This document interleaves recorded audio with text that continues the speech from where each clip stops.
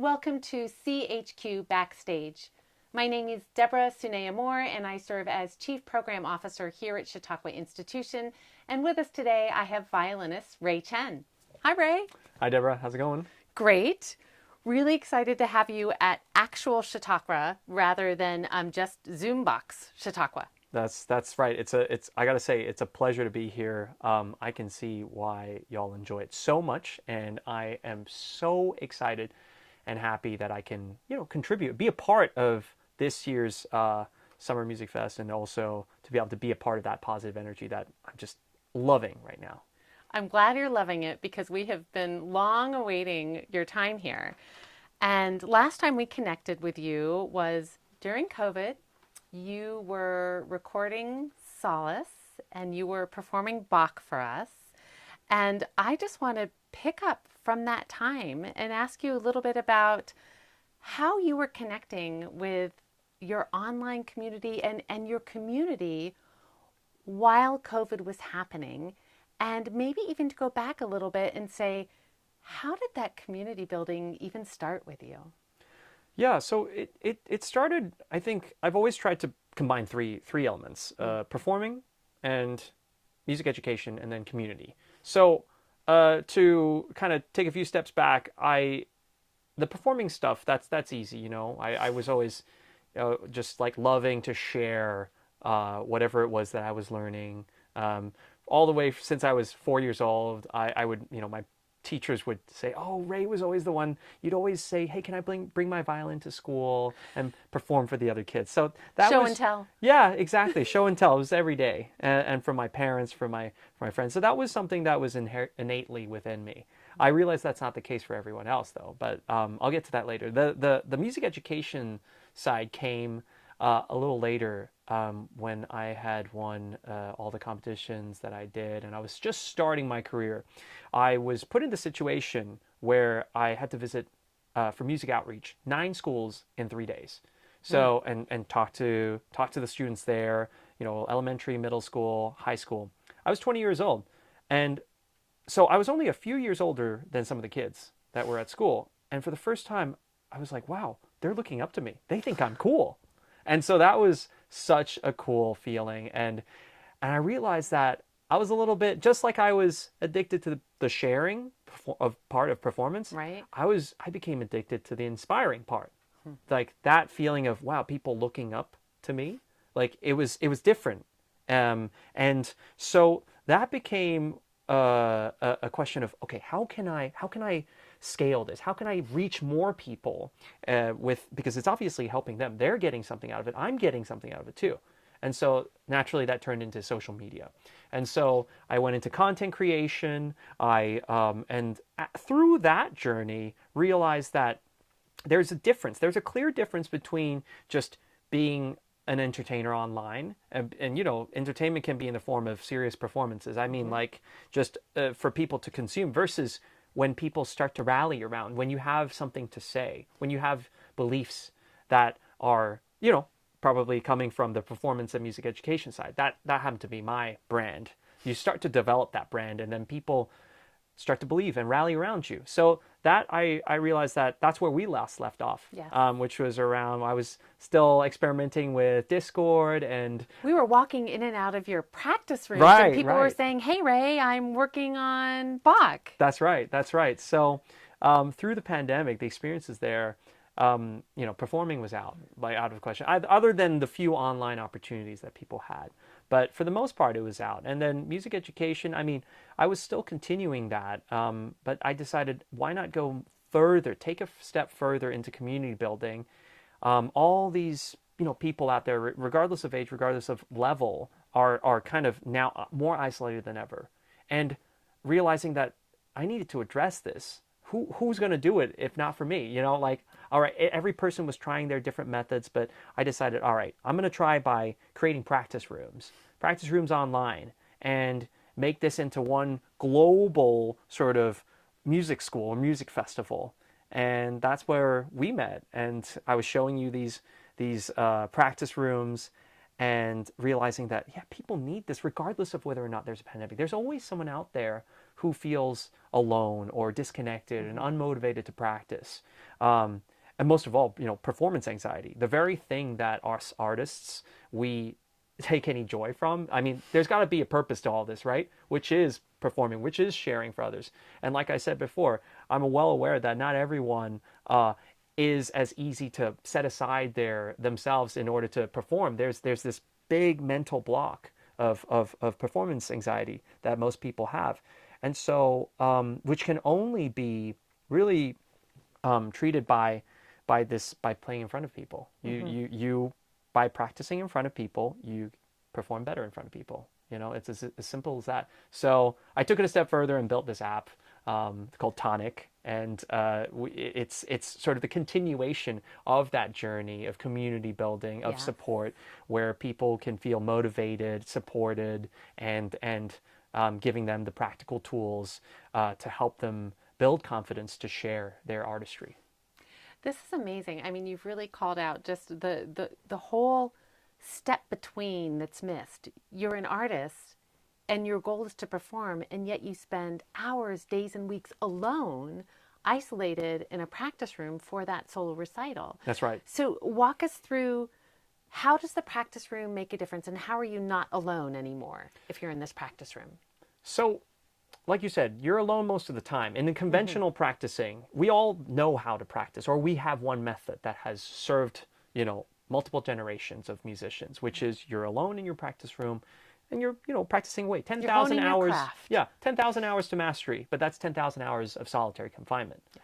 So what we do differently is that we sort of take a little bit of insight from the physical experience of being a part of, let's say, a music school or music festival where there's a row of practice rooms.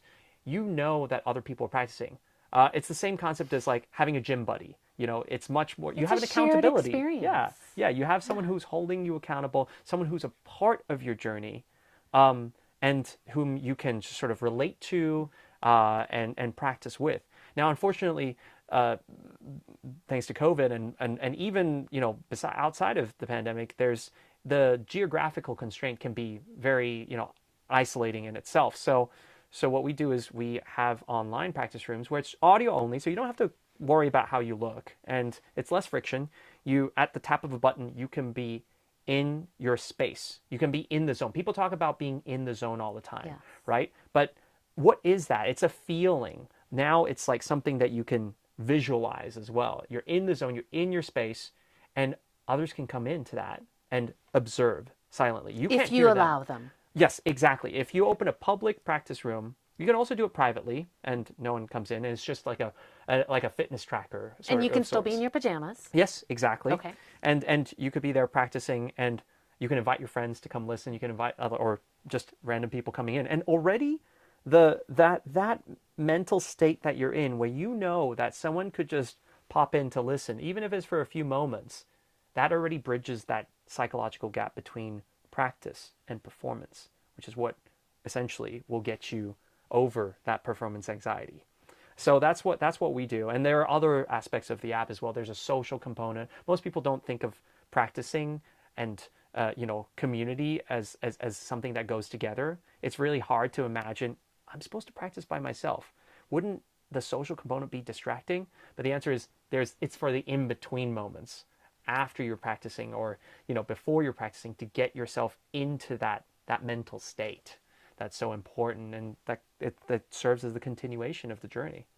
Yeah, I'm listening to you talk, and I also feel like what you're continuing to build is this community of support.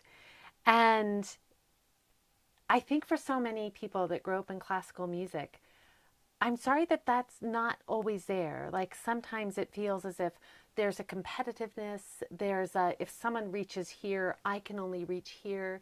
Can you talk to us a little bit about the emotion and the reason to move away from a competitive culture in classical music to the culture you're creating online, and I think also in person, which is so much about lifting each other up?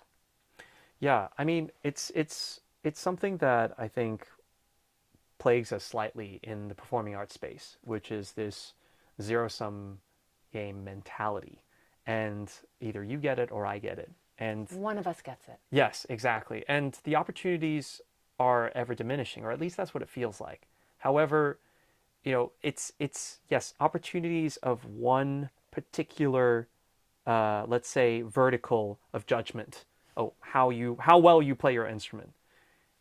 There's limited amounts of Did that. you get into the conservatory? Exactly. However, there's other paths as well, and I think that it's important, as from the professionals as well as the institutions of the performing arts space, to encourage, to publicize, to tell people loudly that there are these other paths available, and to acknowledge them as true paths as well.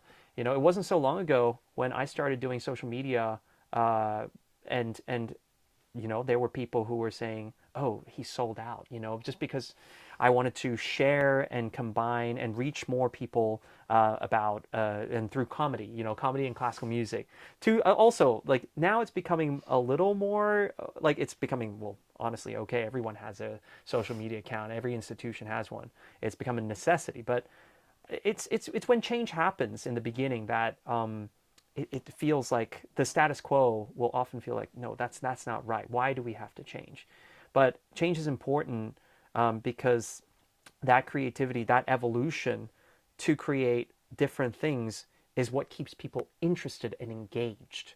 Without that, right, it's one audience that stays there and forever. And nowadays, everyone's so aware of, well, just frankly, more things, and that change that happens, that if you're not aware, suddenly it's like, well, I'm not getting the full, stimulus, this full stimuli of what this has to offer. I'm going to turn my attention elsewhere, to someone who is, or something that is aware. And so that's, I think, very, very important. And people, I think, in our industry are scrambling to try and find out now, like, what is that? What is that thing?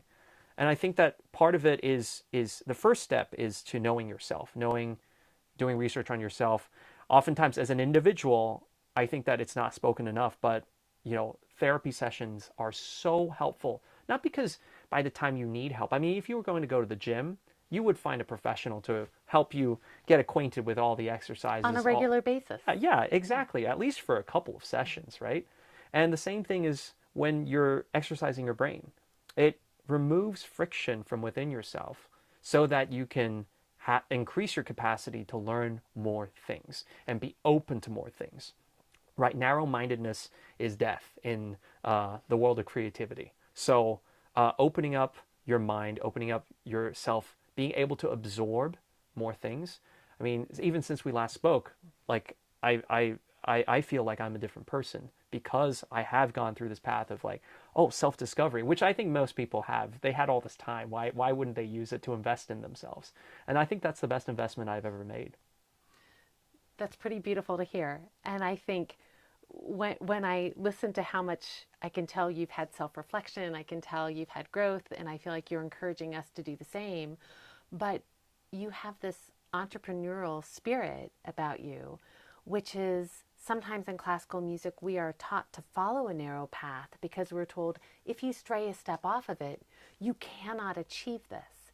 And I feel that what you're offering and showing us in your own life is, no, you're opening yourself up to all of these other interests that are actually helping you become more yourself, more excellent.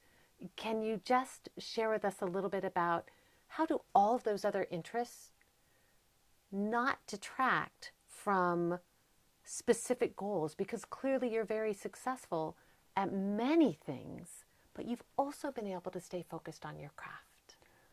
Yeah, I think that's a great question, and something that I've thought about a lot as well is that in order to create, I think, to be the best, what is the best at something, or just at the top level, you have to, it definitely, it's a T-shaped thing. You have to just choose one thing first.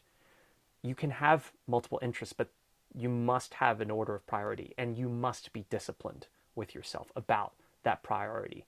Oftentimes I, talk to a lot of younger, Gen Z people these days, and And there's so many things. There's so many options. And it's like, oh, I could do this or I could do that. And I mean, it's not even like it's just a young person thing of any generation, to be honest. It just happens that Gen Z is the young generation right now that is wondering, what am I going to do? But it was the same for us as well. You know, what are we going to do? I think that there was a difference, though. We didn't have as much awareness. And so with awareness comes basically what you're saying, distraction. It comes so many different options. And discipline is still necessary, is necessary more than ever to stay focused on that. But then at the same time, what you get now, which is more than what we had, is you can subconsciously already be developing other things in your spare time. Everyone has a time for hobbies. Everyone has a time for, things outside of their main focus. And so now you get to think about, well, okay, so I'm a violinist or I'm an instrumentalist. I play piano, let's say, for example. I have an interest in, let's say, for me, it was social media. Like, right? Like it was music education, social media, and I'm a funny person. What if I became the best violinist who was into social media and, music education was a funny person? Of course. Right? You define your own vertical, but that means that suddenly you can, as long as you start early, you can be the best at that new vertical, new category, which you just created for yourself. And things that you love. Right, exactly. Things that you actually have an interest in. So whenever, I speak to someone who's like, oh, what should I do? And I have all these interests. I say, well, you got to pick one. Look, at the end of the day, you have to pick one that you've just got an unfair advantage in, that you are able to learn faster and forget slower than others. That's what talent is, right? And by that, it means that if you're able to learn faster, everyone gets that, opening up more capacity, absorbing quicker, but then also obsessing about it so that you don't forget it easily, right? If we're learning, I don't know, skateboarding, and I'm able to get to a 2 and you're only able to get to 1.5, that's only half of the equation. If you go and you start tomorrow from 1 and I go back down to 0.5, over time, you're more talented than me.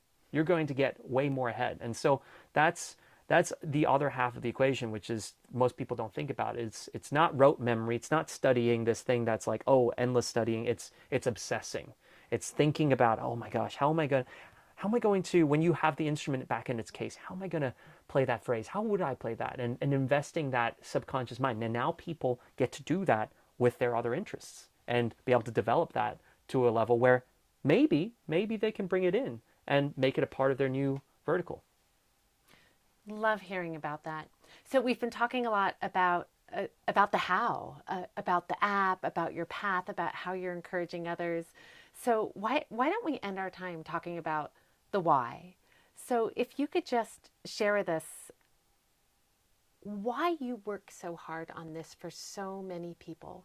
What is it about music that makes you bother this much to do your videos, to bring community together, to practice so long? What's the why for you? To me, honestly, it's the other way around. For me, the why is not the music, it's the people. It's the part where I see how much of an impact music has on other people.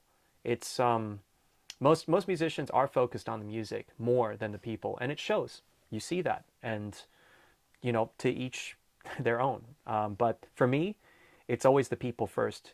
It doesn't, like, I see myself as an ambassador to this, something that I care about, but it doesn't matter how much I care about it if you don't care about it, or if other people don't care about it. Like that's the thing. That's the mentality that people nowadays have to be conscious and aware of. And so for me, music, and I'll probably, there again, the purists would argue, oh, now that is not good. He's selling himself out. Again, much like when I was doing social media in the beginning. But I'll say this, for me, music, I care about it deeply. But for beyond that, when it comes, as soon as another person is in the room, it's about how the music affects them, how my music, how the music of, whatever I am presenting, playing to them, how it affects them.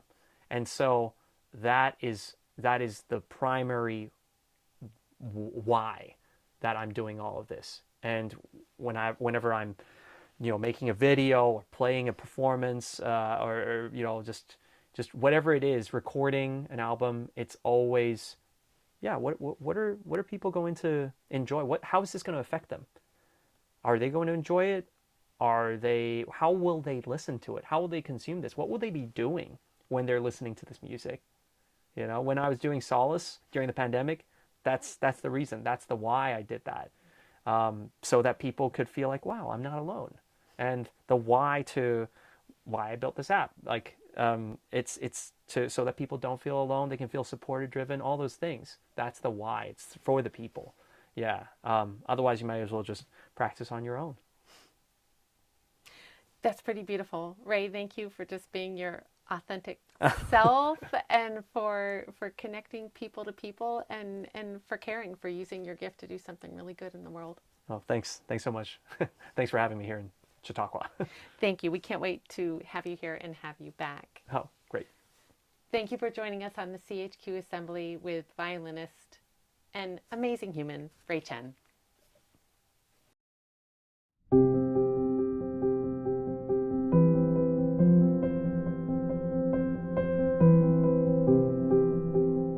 CHQ Assembly is made possible through the collaboration and innovation of Chautauqua Institution's full-time and part-time staff, seasonal staff, and many volunteers, as well as participants like you, whose engagement, gifts, and subscriptions sustain our mission.